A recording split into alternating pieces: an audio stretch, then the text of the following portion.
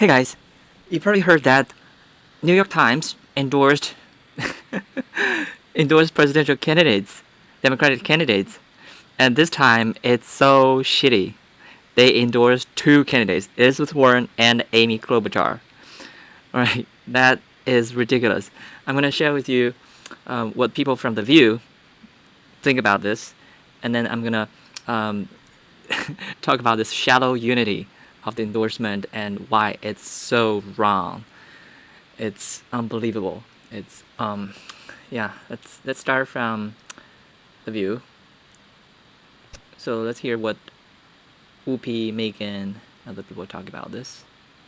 New York Times broke tradition when they made their presidential endorsement, choosing both Amy Klobuchar and Elizabeth Warren because, quote, American voters must choose between three sharply divergent visions of the future given the uncertain state of the campaign trail. Is this what they're supposed to be doing? Is this their job to tell you who you're supposed to be looking at, that there's nobody else to look at? Isn't that a little?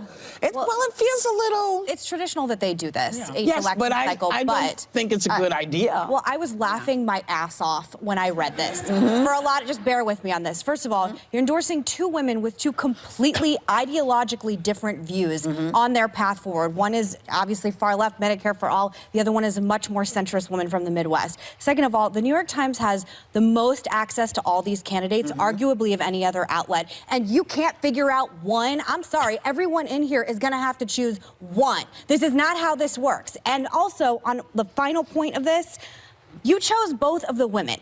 Is this just say I want a woman. I don't really care about politics. I don't care about anything else. Just double down on identity politics. I think it is a huge act of cowardice on the New York Times, but at this point, I should expect absolutely nothing less from this garbage publication. Wow. The New York Times is not a garbage publication, I have to say. It is now. There must have been such a cowardly thing to do. Well, this one incident, we don't have to destroy the whole newspaper. I can. But it was the editorial board. Yeah, and it's the editorial board that's doing it. Well, But, I can do whatever I want. yeah, you can, and so can they. I mean, they do this as a tradition, as you pointed out. Do you think it's smart, though, for them to choose two No, I don't. ideologically divergent women? Even though Whoopi has said, which is probably true, that the people will decide rather than editorials, they are, in effect, splitting the vote by doing this, because they are diametrically opposed, these two women.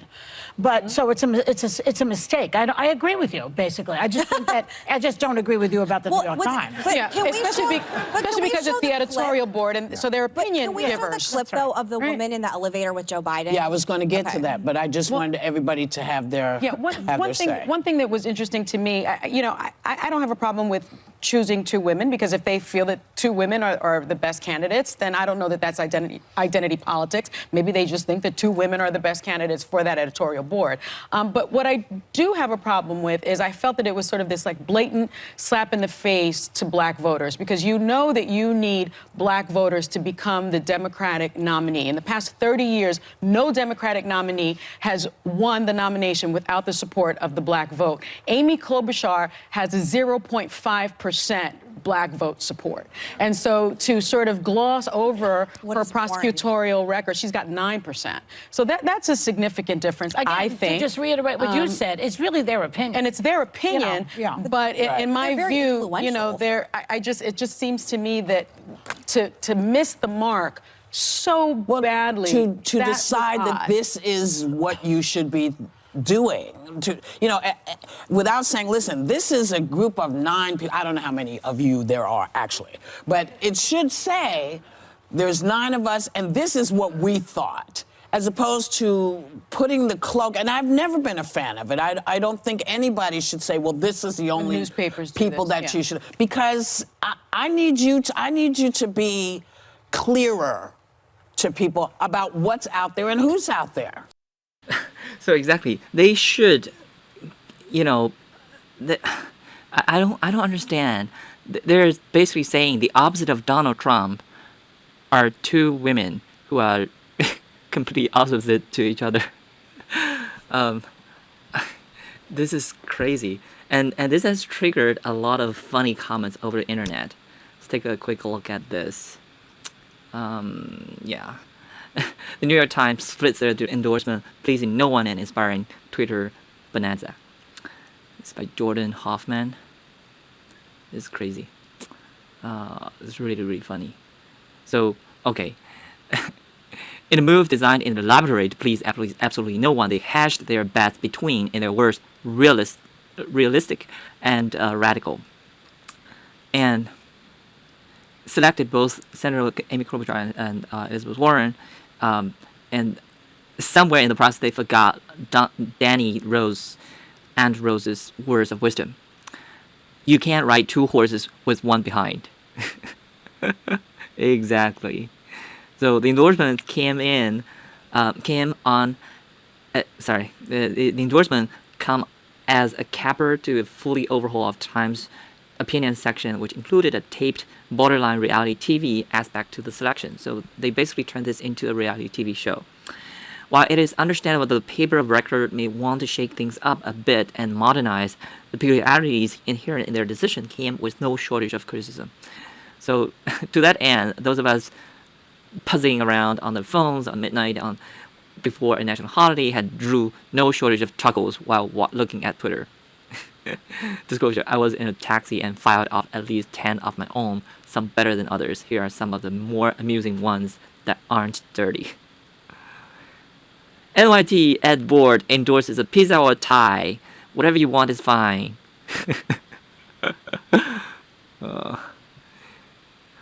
I endorse the Chiefs and the 49ers to win the Super Bowl. The editorial board wants Warren Klobuchar 6-way parlay. Klobuchar tip Warren, cover Warren first half points, Warren first half rebounds, Warren first half assists. Okay, read it back to me. Oh my goodness. This is hilarious. The New York Times editorial board endorses both Ford and Ferrari.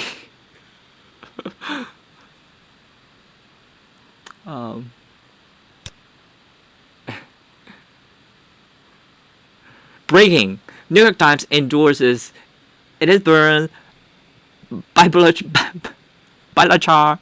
Bhutia. That was great. That was fantastic. New York Times editorial board endorses me and you and everyone we know. If I had to choose just one newspaper, it would be the New York Times and the Washington Post.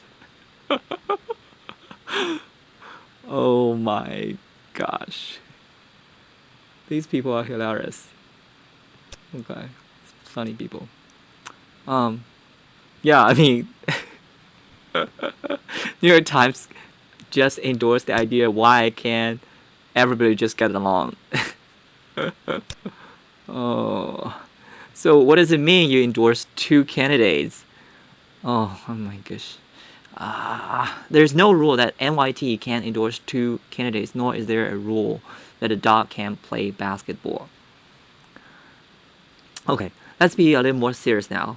A while ago I did this big data analysis, if you recall, right? That basically is a measurement. I think it's actually a very important measurement of the likability by polling large data, so large amount of people on YouTube.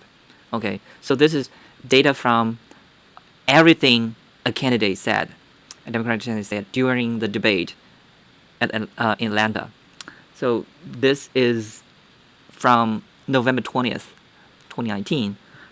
And so I'm showing here the total number of views for these candidates. And you see that Yang had over 448,000 views, and that was number one, and was trailed by Bernie at 226,000 views. That was basically half of Yang's, and Gabbard, that was Tulsi Gabbard, is basically half of what Bernie had, close to 100,000 views. And the likability ratio, so the like to dislike ratios, Yang was 38.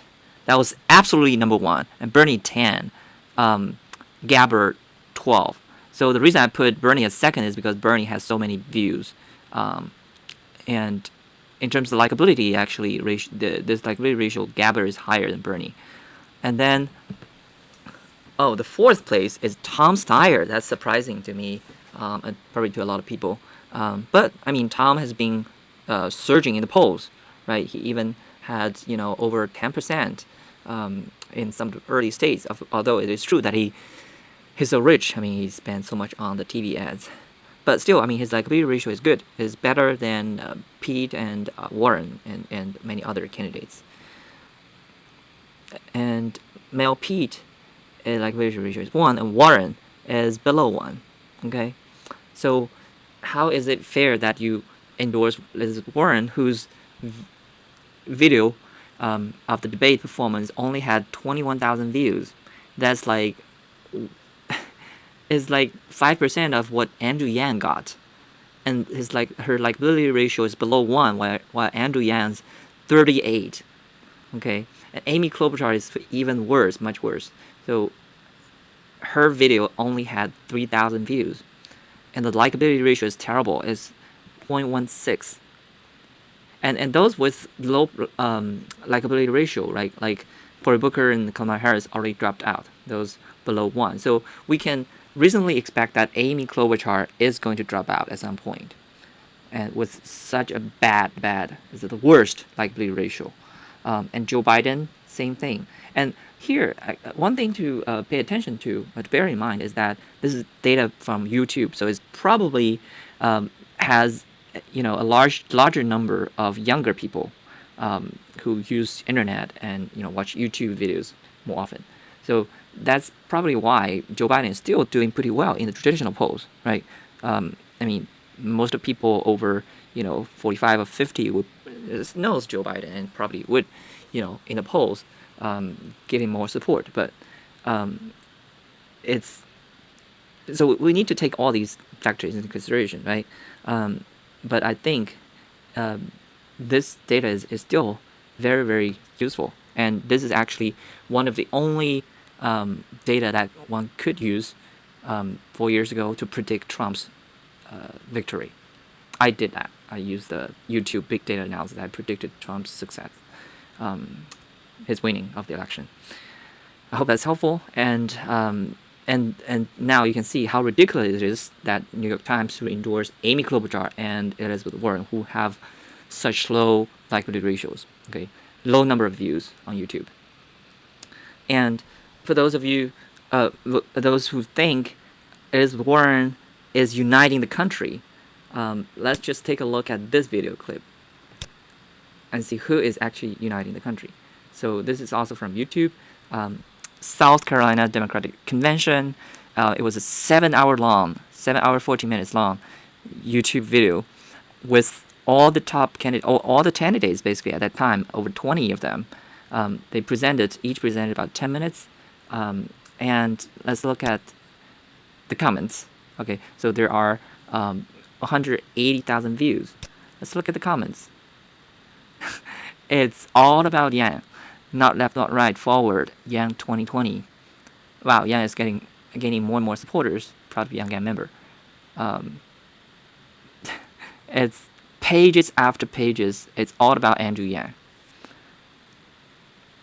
So, the question is, who is uniting the country? Right? That's Andrew Yang, without a doubt. And there's a guy saying, who united the dude who can unite the YouTube comment section, can unite the country. That's so true. So people say, I'm only here for Andrew Yang. Everyone except Yang speaks in symbols, vague, hot air that is pleasant enough to not disagree with. Joe, we don't want to go back. We want to move forward. I'm conservative. I have a huge amount of respect for Yang. He's the most realistic and promising of candidates. If I didn't plan to vote for Trump, I would support my homie Yang Gang. Skip to 3 hour 10:10 to see Yang crush it. So, that's the big data analysis. That shows who is uniting the country. Wake up, people. Here is your candidate that everyone should endorse. Right? You just don't see anyone else, comments on anyone else. It's all about Andrew Yang. And there's a guy saying Andrew Yang's supporting rate, on YouTube is 99%. In the poll, it was 2 to 3% at the time, but on YouTube it's 99%. It is like a young train. He's the real deal. Okay. Well, I hope you enjoyed the analysis. And last but not least, I have another video clip to show that Elizabeth Warren is not a uniting factor. Watch this.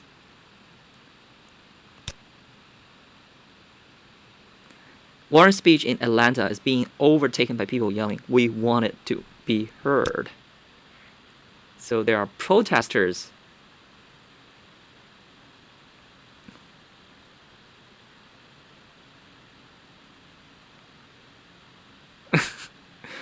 when you have this many people protesting in your event, can you still say Warren is uniting the country?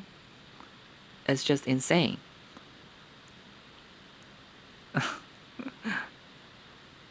And that's the thing. We don't see protesters show up in Andrew Yang's event or, Bernie Sanders' event, but we do see that in Elizabeth Warren's and Joe Biden's, right? So when you have massive amount of people showing up protesting your campaign, you cannot say you're uniting the country. You're not. Okay, it's very simple. All right, I hope you enjoy it. Please like and subscribe and comment below.